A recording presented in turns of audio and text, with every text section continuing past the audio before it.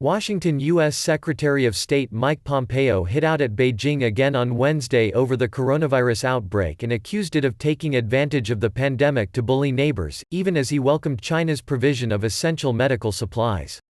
Speaking at a State Department news conference, Pompeo said Beijing had failed to report the outbreak in a timely manner and failed to report human-to-human transmission of the virus for a month until it was in every province inside of China. The Trump administration has repeatedly criticized China's handling of the coronavirus outbreak, which began late last year in the Chinese city of Wuhan and has grown into a global pandemic. The outbreak has killed nearly 180,000 people, including more than 45,000 in the United States, according to a Reuters tally.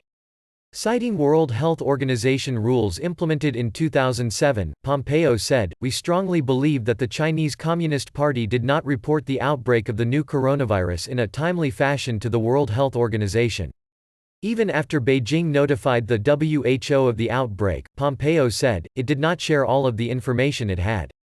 Instead, it covered up how dangerous the disease is. President Donald Trump last week suspended U.S. funding of the WHO, charging that the UN agency promoted China's disinformation about the outbreak. WHO officials have denied this and China has said it has been transparent and open. Pompeo said WHO's Director General, Tedros Adhanom, failed to use his ability to go public when a member state failed to follow the rules. He said the WHO had an obligation to ensure safety standards were observed in virology labs in Wuhan and its Director General had enormous authority with respect to nations that do not comply. Pompeo repeated allegations that China was exploiting the world's focus on the pandemic with provocative behavior to erode autonomy in Hong Kong, exert military pressure on Taiwan and coerce neighbors in the South China Sea. The United States strongly opposes China's bullying. We hope other nations will hold them to account, he said.